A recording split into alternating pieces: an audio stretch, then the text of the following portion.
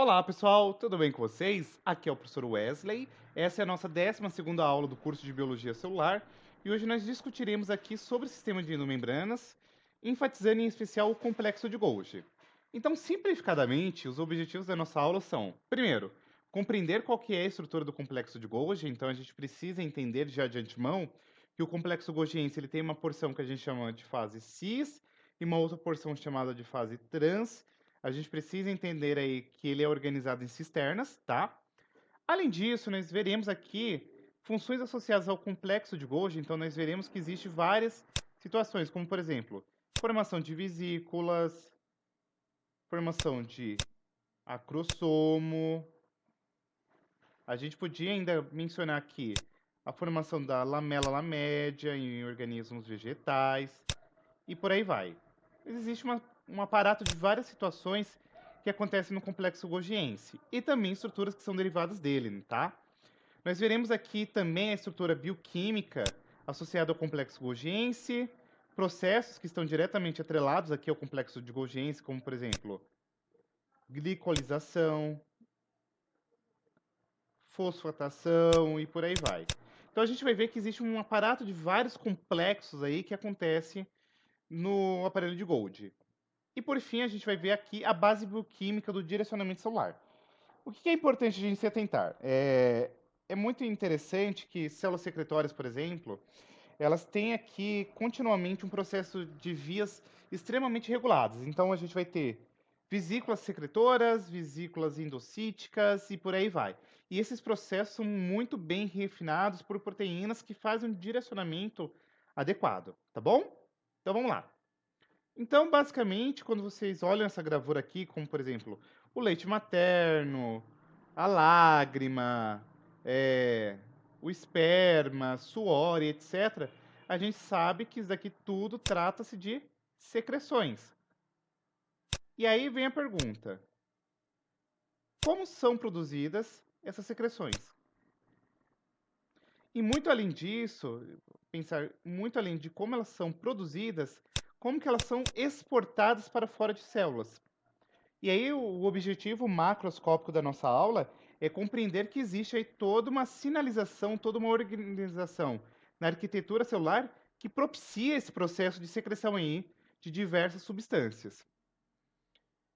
Ainda podemos falar, por exemplo, da secreção salivar, tá? Então você tem aqui, já é sabido, que no aparelho digestivo tem aqui um aparato de várias glândulas, como a paratireoide, a submaxilar e a sublingual, que produzem a secreção salivar, que é extremamente importante para o início aí da digestão de macromoléculas, como por exemplo os polissacarídeos, fazendo aí a degradação do polissacarídeo em moléculas de maltose, por exemplo.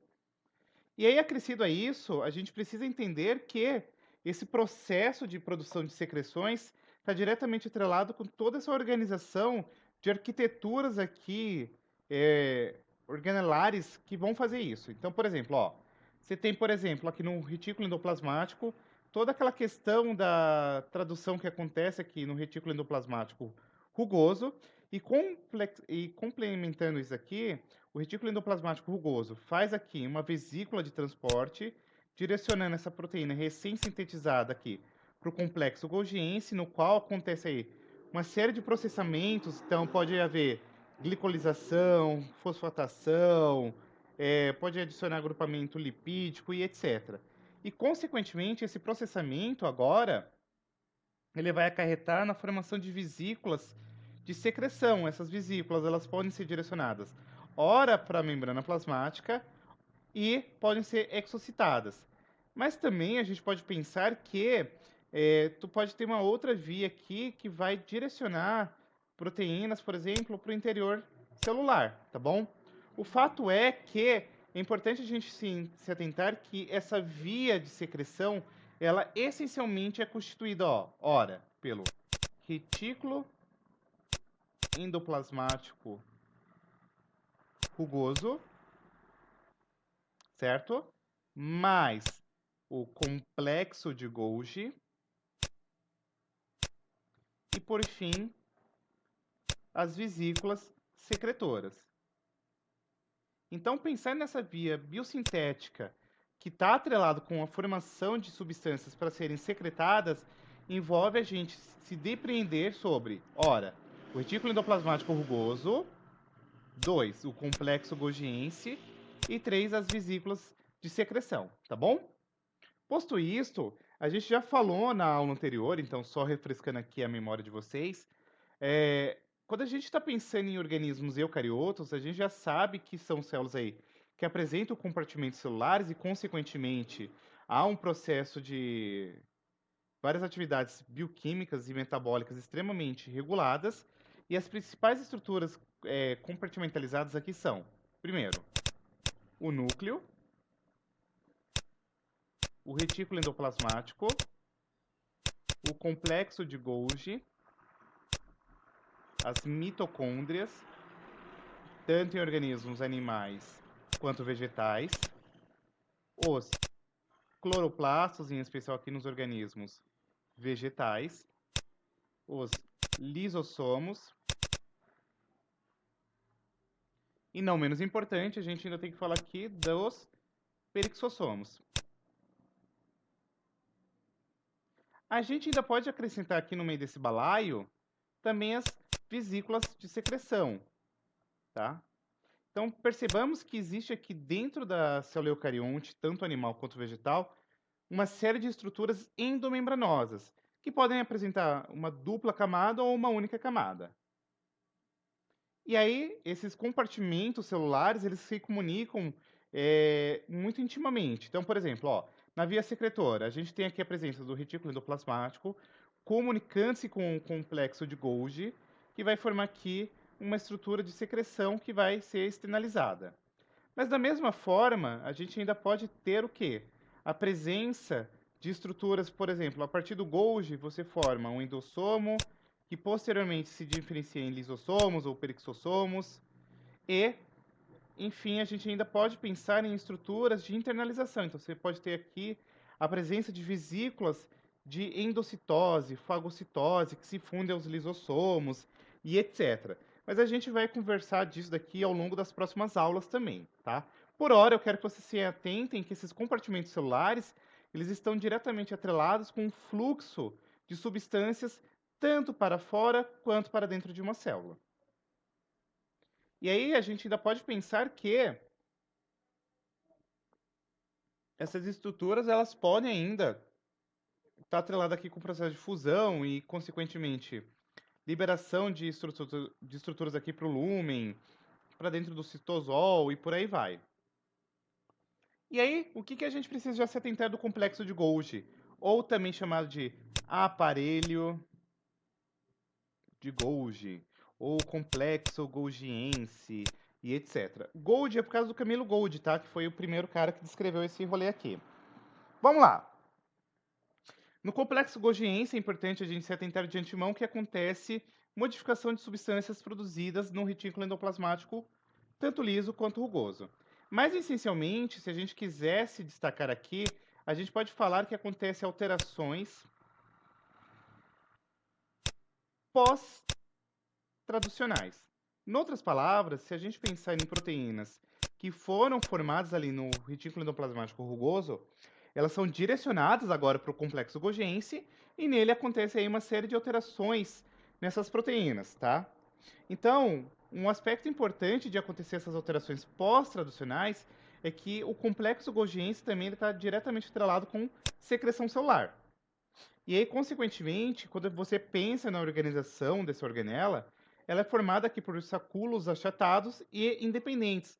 No entanto, embora eles sejam independentes, acontece uma troca muito contínua entre esses sacos aí em decorrência da presença de vesículas, tá?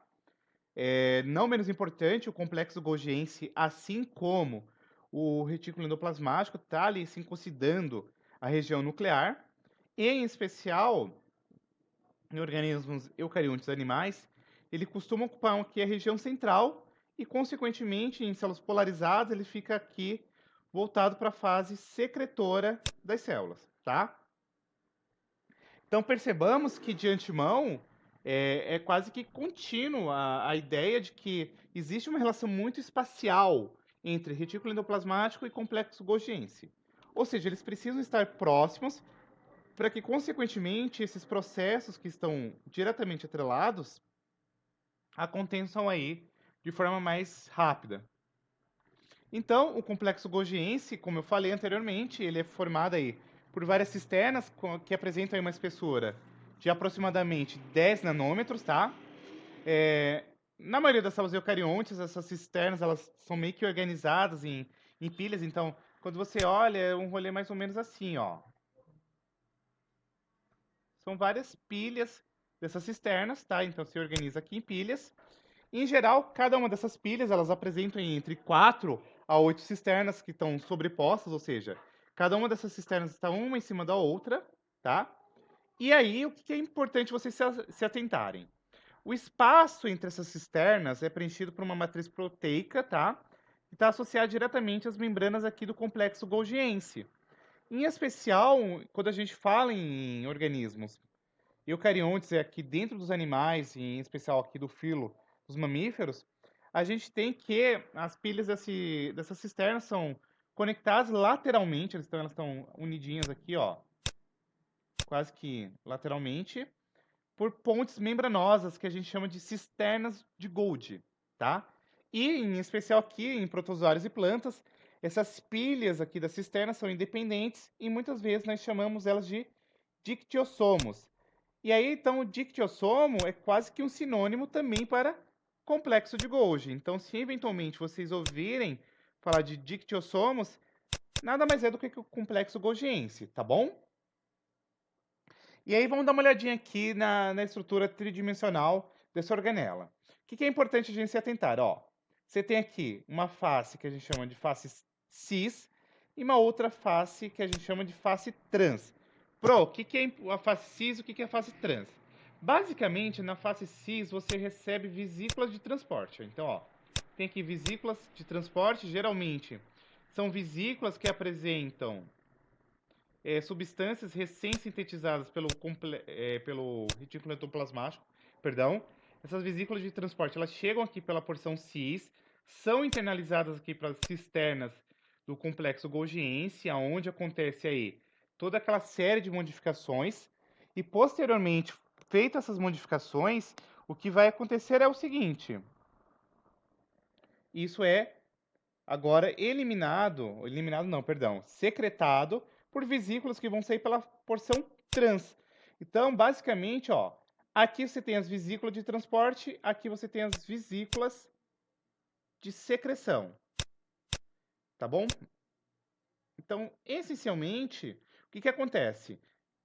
Você tem aqui a vesícula de transporte chegando na porção cis, internaliza-se aqui dentro das cisternas, acontece todo aquele processo de modificações, certo? Então, toda aquela série de várias processos aí de rearranjo da proteína, modificação covalente, adicionar grupamento, etc., acontece aqui nas cisternas. E, feitas essas modificações, essa proteína agora ela vai ser secretada pela fase trans mediante a presença aqui das vesículas de secreção. Então, aqui, ó, tem algumas microscopias que foi retirada aqui do Atlas de Biologia Celular de Histologia da Universidade Federal de Ciências da Saúde, tá? Então tá aqui, basicamente, vocês podem encontrar. Essa figurinha aqui é da professora Lombello, da Universidade Federal do ABC. Então percebamos, ó, a presença aqui das estruturinhas do complexo de Golgi. E aí, ó, a presença das vesículas de secreção, tá bom? E aí, como que você deve estar se perguntando, beleza, Wesley, como que a gente conseguiria estudar esse tráfego aí celular de proteínas? A gente pode fazer um método que a gente chama de método de impregnação de prata. Isso daqui foi a priori feito pelo senhor Camilo Golgi, tá? A gente pode ainda usar o método GFP, que é a fluorescência, a proteína de fluorescência verde. Então você pode marcar radioativamente, por exemplo, um peptídeo sinal que foi aqui a priori produzido no retículo endoplasmático e aí ele é direcionado para o complexo golgiense. Então você consegue observar esse tráfego nessas estruturas. E aí, consequentemente, a gente vai ver todo esse tráfego. Então, ó, você pode ver aqui o envoltório nuclear, o retículo endoplasmático rugoso, as vesículas aqui de transporte, e aqui a fase cis, e posteriormente aqui a fase trans do complexo Golgiense, tá? E aí, pensando agora em aspectos de composição bioquímica do complexo Golgiense, é uma estrutura membranosa, tá? Então, tem essas cisternas aqui, esses compartimentos, essas pilhas. E aí, essa compartimentalização e essa composição é interessante porque você tem esses compartimentos em espessuras variáveis, tá? Pensando agora em aspectos bioquímicos, você tem aqui cerca de 40% de fosfolipídios que estão distribuídos de forma assimétrica entre essas porções membranosas, tá? E o restante aqui, entre 60% e 65%, tu tem várias proteínas, que podem ser proteínas estruturais, de formação, de direcionamento vesicular e etc. E aí o detalhe interessante é que essas enzimas são características de cada compartimento. Como assim? Ó, se liga. Você tem aqui o retículo endoplasmático rugoso, você tem aqui as vesículas de transporte, chega aqui na fase trans, na fase cis, perdão, desculpa. Entrou aqui na fase cis, você tem aqui, ó, fosforilização de oligosacarídeos, por exemplo, a proteínas lisossomais. Já na fase da cisterna cis, você tem enzimas associadas com remoção de manose. Na cisterna média, você tem aqui a adicionação de glicosaminos, você pode ter aqui a remoção de manose. Já nessa cisterna trans, você tem, por exemplo, a adição de galactose, a adição de nana. E, por consequência, nessa porção final aqui, você ainda tem, ó, sulfonação de tirosinas e hidrocarbonetos e etc. E aí, consequentemente, na fase trans, você pode ter aqui a formação de lisossomo, de proteínas associadas com a membrana plasmática, vesículas secretoras. Então a gente vai ver que cada um desses compartimentos tem enzimas específicas que vão fazer esses processos que a gente vai discutir mais adiante aqui na nossa aula, tá? E aí, consequentemente, você tem aqui o compartimento dessas pilhas, você tem uma fase luminal, tá? E aí você pode ter ali a presença ainda de nucleotídeos, proteínas de secreção, monopolisacarídeos, e, consequentemente, o conteúdo que está aqui nessas vesículas, perdão, nessas pilhas e, consequentemente, nessas vesículas, está diretamente atrelado com o tipo celular. Então, é um rolê que vai variar de acordo com a função atrelada com a célula, tá? Então aqui tem mais uma microscopia, então você tem aqui uma demonstração bioquímica dessa compartimentalização do complexo Golgiense. Não menos importante, um detalhe é que você pode observar que mais de uma cisterna mostra-se aqui marcada, o que acaba por sugerir, por exemplo, que tu tem a concentração aqui de forma geral e não específica em compartimentos, tá? E aí, ó, dando uma olhadinha aqui, na figura A, não tem marcação. Aqui você já tem a marcação cósmio, tá? O que reduz essas cisternas. E, consequentemente, tu tem aqui, ó, consequentemente, a redução dessas cisternas, tá? Sendo que você ainda tem aqui as enzimas nucleosídeo disfosfatase localizadas tanto aqui em C e a fosfatase ácida aqui localizada em D. Essa figura é retirada aqui do Albert, tá? Do Biologia Molecular. E aí, o que é importante a gente tomar agora posse e internalizar aqui em nossas mentes? Primeiro, como eu falei para vocês, cada um desses compartimentos, dessas cisternas do complexo Golgiense, apresenta um aparato específico de enzimas que vai fazer aí processos diferentes, né? Então, os diferentes compartimentos do complexo Golgiense pode acontecer o quê? Glicolização, sulfatação, fosforilização. Pode haver ainda síntese de polissacarídeos, então, por exemplo, componentes da membrana plasmática, como por exemplo o glicocártex, pode estar aqui diretamente atrelado com polissacarídeos que são produzidos aqui no complexo Golgiense. Pode ter a presença aqui de estruturas da parede celular, por exemplo, da lamela média, ou até mesmo matriz extracelular. Ainda dentro desses compartimentos, tu pode ter o processo de transporte e direcionamento dessas substâncias, a formação do acrossomo, que é aquela estrutura que tem a presença das enzimas que vão ser importantes para que os espermatozoides consiga aí transpor a zona pelúcida de ovócitos 2. E, por fim, formação aqui das membranas celulares para o transporte vesicular. Beleza? Posto isto, vamos lá. O que é esse processo de glicolização? A glicolização, essencialmente, é fazer o quê? Adicionar açúcar. Então, o processo de glicolização é você fazer a adição de açúcar. E essas cadeias glicídicas, elas podem se ligar diretamente a quê?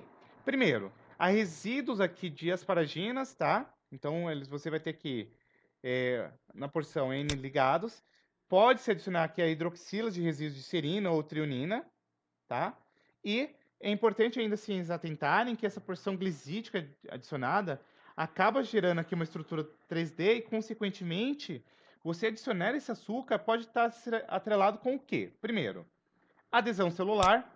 Então, por exemplo, quando a gente pensa em glicocártex, a gente pode associar com adesão celular, sinalização celular em receptores de membrana. Então, por exemplo, sistema BO, o famoso sistema sanguíneo lá, tipo A, tipo B, tipo AB, tipo 0 ou tipo O. Todos daqui são glicoproteínas que são a priori produzidas aqui no complexo Golgiense mediante esses processos de glicolização que são agora direcionados à membrana plasmática e servem ali como uma sinalização celular e, consequentemente, um marcador aqui da, da célula. Então, ó, vamos lá. Açúcares ou ligados, se tem aqui produzidos no complexo Golgiense, com exceção de leveduras, não acontece glicolização em leveduras, então isso aqui acaba sendo importante, por exemplo, quando tu vai trabalhar com o desenvolvimento de vacinas.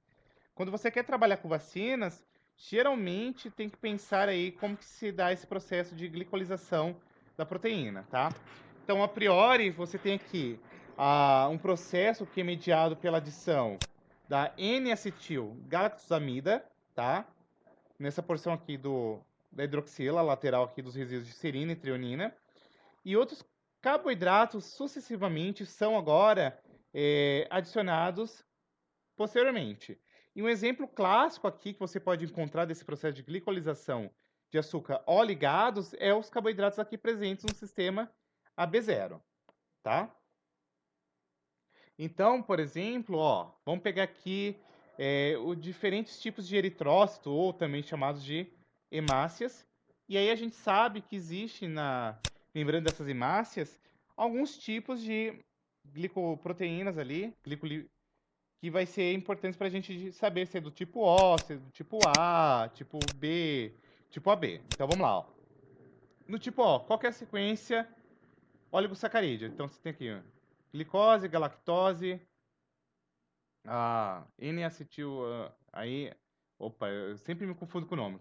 Com a N-acetil galactosamida, galactose, furose. E aí vai tendo aí diferentes sequências de oligosacarídeos nesse processo de glicolização, tá bom? E aí, pensando já nos açúcar N-ligados, o que a gente precisa se atentar? Primeiro, começa esse processo lá no retículo endoplasmático, tá? E posteriormente, esse oligosacarídeo que foi processado inicialmente lá no retículo endoplasmático rugoso, ele direciona-se agora para o complexo Golgiense. E aí, chegando no complexo Golgiense, nós temos dois tipos de açúcares N-ligados. Aqueles que são ricos em manoses, eles sofrem uma alteração muito pequena no complexo Golgiense e nenhum oligosacarídeo é adicionado. E você pode ter a remoção de um ou mais resíduos aí de manose. Mas ainda podemos ter os oligosacarídeos complexos, que você pode ter remoção de algumas manoses, adição agora sequencial de outros carboidratos e, consequentemente, você gera uma variedade aqui de oligosacarídeos. Então vamos lá, ó, se liga. Você tem essa situação que você tem aqui a glicosamidase ou manosidases, que são enzimas que fazem retirada de glicose ou de manose. E aí você tem agora um aparato de várias enzimas, ó, transferases, N-acetilglucosamina, galactosamina, ácido cialílico, manosidases, etc., aqui na porção média e trans do complexo de Golgi. E aí você vai ter a formação de oligosacarídeos muito mais complexos. Então, são alterações que você tem nesse processo, tanto em proteínas quanto em lipídios, tá bom? E acrescido a isso, a gente ainda pode ter um terceiro processo aqui, que é a sulfatação, que a gente ainda pode ter um terceiro processo aqui, que é a sulfatação, que é basicamente um processo que acontece aqui em cadeias glicídicas, então acontece tanto em proteínas quanto em lipídios, tá? Se dá basicamente mediante a reação da doação do sulfato da 3-fosfoadenosina 5, que é a PAPS, tá? E aí os diferentes componentes que a gente pode ter aqui como fruto desse processo são proteoglicanos e glicosaminoglicanos. E aí, consequentemente, esse processo de adição de sulfatos acontece essencialmente de duas maneiras, meus amores. Primeiro, tu pode ter aqui cadeias glicosídicas que são ligadas a proteínas e lipídios, e nessas proteínas aí você tem essa adição do sulfato mediante aqui os resíduos de tirosina. Sofreu sulfatação, isso vai ter alguns desmembramentos. Primeiro, tu pode ter a formação de vesículas de secreção e, consequentemente, tu pode ter agora domínios extracelulares de proteínas e lipídios que são destinados à membrana plasmática. Então percebamos que o complexo Golgiense ele é muito importante porque toda essa série de alterações pós-traducionais em lipídios, em proteínas, é importante para que aconteça o quê? Direcionamento aí para vesículas de secreção, para domínios de membrana e etc. E aí, a síntese de polissacarídeos que acontece aqui no complexo Golgiense é basicamente aí um processo que vai dar origem ao quê? Ó, a hemicelulose em vegetais, por exemplo, como xiloglicanas e os ácidos peptídicos aqui, que são as pectinas. Em animais, nós temos aqui a formação do glicosaminoglicanos. Então, ó, o glicosaminoglicanos, coisa linda. Então, tem vários tipos aqui de glicosaminoglicanos, tá? Hialurina, heparina, queratin, tá? Aqui você ainda tem a produção de proteoglicanos, tá bom? E, consequentemente, agora vem a parte legal. Lindo, wonderful. Lembra-se que no início da nossa aula eu comentei com vocês que esse transporte de substâncias e direcionamento para onde que vai, para onde que tem que sair, etc., é um processo extremamente regulado. Então, a via biosintética não é essencialmente só atrelada com secreção. Essa via ou uma parte dela também pode estar sendo utilizada para outras finalidades, tá? Então, por exemplo, proteínas residentes aqui no retículo endoplasmático ou no complexo Golgiense, elas seguem etapas iniciais aqui da via secretora, mas que podem ser retidas ou direcionadas a depender para onde quiser ir e precisa ir. Então, por exemplo, ó, você pode ter um sentido anterógrado, ou seja, para fora da célula, que é mediada aqui por essa proteína que a gente chama de COP2, que é uma proteína que está associada aí com esse processo de exportação, tá bom? E essa COP ela é importante porque ela faz esse direcionamento aí para fora da célula. Então, a gente tem a COP2 e a COP1 que estão associadas aí com esse transporte vesicular. Beleza?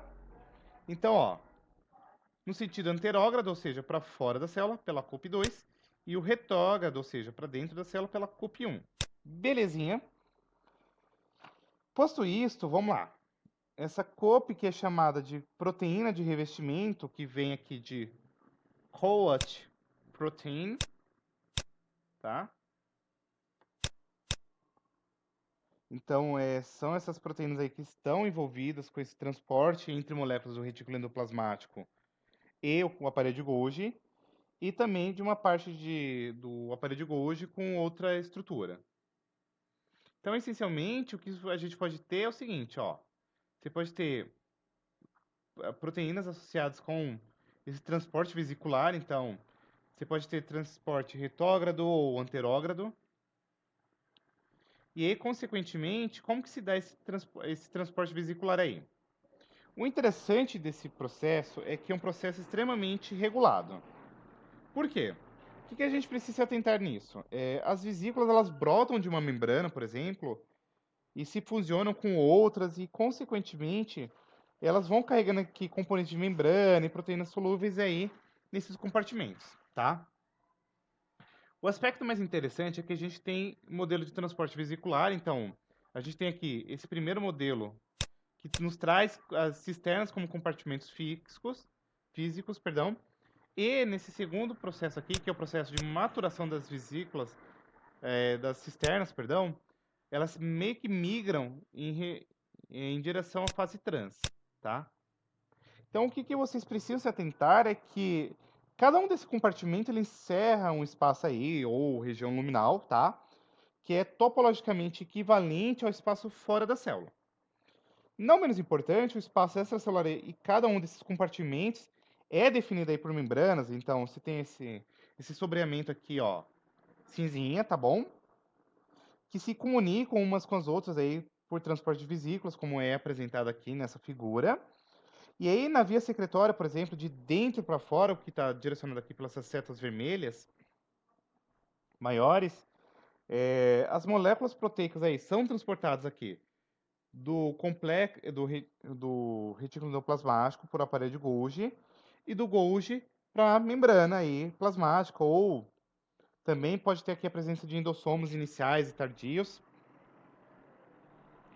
E você pode ter a formação de lisossomo e etc.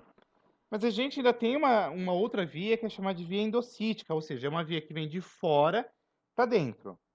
E aí o que que acontece? A gente vai ver que tem todo um processo atrelado aqui, ó. Essas vias endocíticas, por exemplo, é o que está direcionadinho aqui em azul, tá? E aí o que que a gente precisa se atentar? Que esses produtos de secreção aqui no complexo Golgiense, eles podem seguir dois caminhos. Primeiro, a gente pode ter uma secreção constitutiva, ou seja, é uma secreção que ela acontece de maneira contínua e não regulada, mas pode ter a secreção regulada, ou seja, os produtos eles meio que ficam retidos por um tempo aí em vesículas de grânulos de secreção, até que você tenha uma sinalização para que você tenha a liberação disso daqui.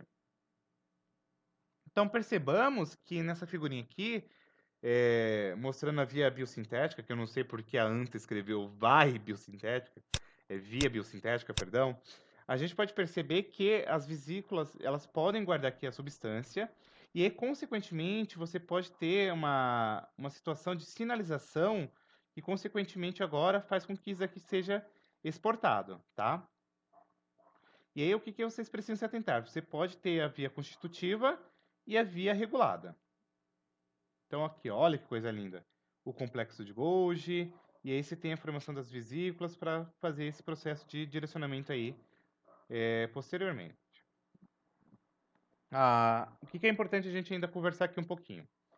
Além disso, enzimas lisossomais, ou seja, aquelas enzimas que estão presentes no lisossomo, elas são a priori produzidas aqui no retículo endoplasmático, consequentemente são processadas e transferidas aqui ao endossomo, e esse processo se dá mediante o reconhecimento da manose cis-fosfato que é incorporada. Então a gente vai perceber que tem agora uma situação que está diretamente atrelada com com essas vesículas tendo proteínas específicas para que a gente consiga direcionar essa vesícula para o local específico. Então, a gente vai ver que tem proteínas e enzimas específicas que vão estar presentes nessas vesículas e, consequentemente, vão direcionar elas para os locais específicos, tá? Então, não é uma coisa que acontece aleatoriamente. E aí, ó, quais são essas proteínas conhecidas aqui nesse processo de formação de vesículas? Nós temos a COP1, que é aquelas que está aqui entre as cisternas do complexo de Golgi, e a COP1, ela vai estar o quê? Associado com o transporte do complexo golgiense para o retículo endoplasmático, tá? Nós temos a COP2, que é aquela que está diretamente atrelada com o processo que uma substância sai do retículo endoplasmático para o complexo golgiense. E nós temos a catrina. A catrina, ela é uma das proteínas muito mais estudadas aí. Então, quando a gente está falando de vesícula, essas vesículas, elas apresentam aqui capas profusas aí, constituídas de catrinas, que estão associadas com uma situação na qual você tem aqui membrana plasmática, formação de endossomo, complexo golgiense, tá? Então, a gente pode olhar aqui já, falando da molécula de catrina, que olha que coisa interessante, elas meio que formam uma vesícula, meio que uma gaiola, que faz esse processo aqui, formato de cesta, que ajuda a moldar a membrana dessa vesícula. E aí, nessas micrografias, perdão, eletrônica, a gente tem aqui a demonstração de uma sequência de eventos na formação aí, de uma vesícula, perdão, que é revestida a priori pela catrina, tá? E é interessante que a gente ainda tem aqui vários tipos, ó. Tem a catrina, tem a COP1, a COP2, tá? E aí, qual que é a importância desse rolê? Se liga nessa figurinha aqui. Nessa figurinha, o que eu quero que vocês se atentem é que as moléculas, ou perdão, as vesículas, elas são revestidas aqui de catrina e transportam aí as moléculas cargos selecionadas, ou seja, você tem aqui um transporte direcionado, tá? E esses receptores de carga com suas moléculas ligadas aí são capturados por uma outra classe de moléculas que são as adaptinas, as quais também ligam a moléculas de catrina à superfície citosólica da vesícula em brotamento, tá? Não menos importante, as proteínas de dinanina, que são outra classe aí de proteínas, elas se acoplam ao pescoço das vesículas de formação, e uma vez aí formadas, você tem um processo agora de hidrólise, e aí você tem formação de a hidrólise do GTP ligado e etc. Não menos importante, após o brotamento aí estar completo, o que tu tem que se atentar ainda é que essas proteínas de revestimento são removidas e a vesícula nua ela pode se fusionar aí por exemplo, com a sua membrana alvo, perdão, e consequentemente essas proteínas funcionalmente semelhantes aí são encontradas em outros tipos de vesículas revestidas.